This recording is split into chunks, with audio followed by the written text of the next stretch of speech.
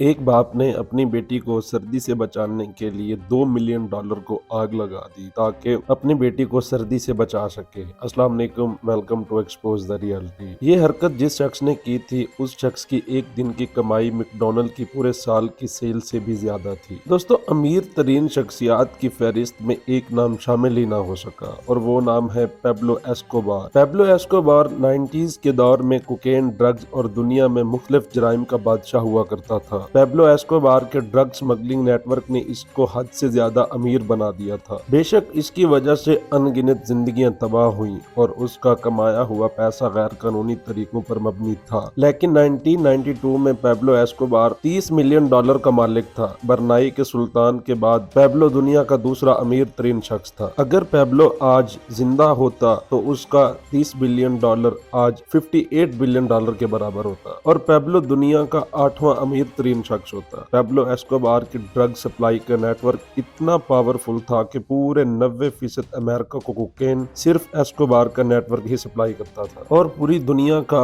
80% हिस्सा एस्कोबार की ड्रग्स पे इंसार करता था। इस खतरनाक सप्लाई नेटवर्क को बाहमस के एक आइलैंड से चलाया जाता था और वो आइलैंड था पेब्लो एस्कोबार का। वो इसका हेडक्वार्टर था। इस आइलैंड पे एक पूरा एयरपोर्ट बना हुआ था जहाँ कोकेन से भरे हुए हवाई जहाज रिफ्यूलिंग के बहाने से लैंड करते और उसी दौरान उनमें से कोकेन निकालकर छोटे जहाजों में डालकर अमेरिका रवाना कर दिए जाते थे। ये सिलसिला महीने या हफ्ते में एक बार नहीं होता था, बल्कि ये दिन में 5 से 6 मरतबा होता था। रोजाना अमेरिका में 15,000 केजी कोकेन भेजा जाता था, जो पूरे साल का 5,40,000 केजी कोकेन बनता है। जी हाँ, पूरे साल में पेब्लो 5,40,000 केजी कोकेन सिर्फ अमेरिका में भेजता था। इस वक्त अमेरिका में सिर्फ 1 केजी कोकेन की कीमत $70,000 होती थी, जिसका मतलब ये है कि एक साल में एस्कोबार $378 मिलियन की कोकेन सिर्फ अमेरिका में सेल करता था और ये पूरे 16 साल तक चलता रहा। तहकीकाती इदारों का मानना था कि जो कोकेन एस्कोबार $70,000 फी केजी की फिरोख्त करता है वो एस्कोबार को सिर्फ $5,000 की पड़ती थी। पेब्लो एस्कोबार पायलट्स को सिर्फ एक फ्लाइट का $5 लाख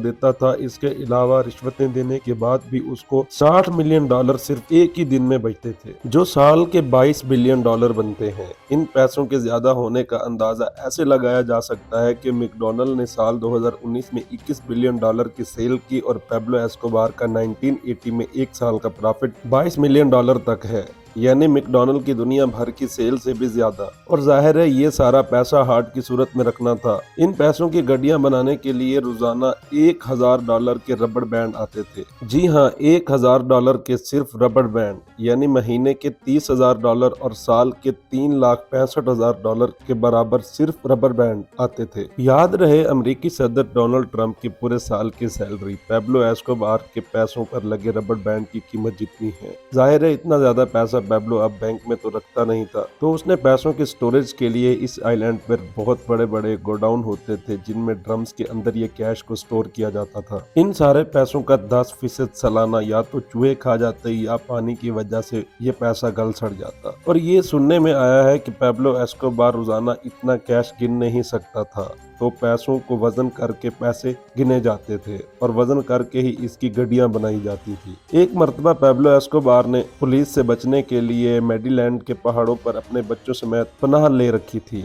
उस वक्त उसकी बेटी को सर्दी लगी हुई थी। पेब्लो के पास उस वक्त गर्मी पैदा करने का कोई और चारा नहीं था, तो उसने अपने बैग से $2 मिलियन कैश निकाल कर उसको आग लगा दी। जी हाँ, पूरे $20 लाख। ये बात पेब्लो के मरने के बाद उसके बेटे ने एक मीडिया इंटरव्यू में बयान की थी। और जैसा कि इस तरह की जिंदगी का इख्तिताम भी खौफनाक होता है। 1993 में पेब्लो एक पुलिस मुकाबले में मारा गया। पेब्लो के किस्से आज तक पूरी दुनिया में एक मिसाल बनकर रह गए हैं कि इंसान जितना भी अमीर हो जाए उसको सारी दौलत इसी दुनिया में छोड़कर जानी होती है। मजीद ऐसी इंटरेस्टिंग वीडियोस देखने के लिए देखते रहें एक्सपोज द रियलिटी। शुक्रिया।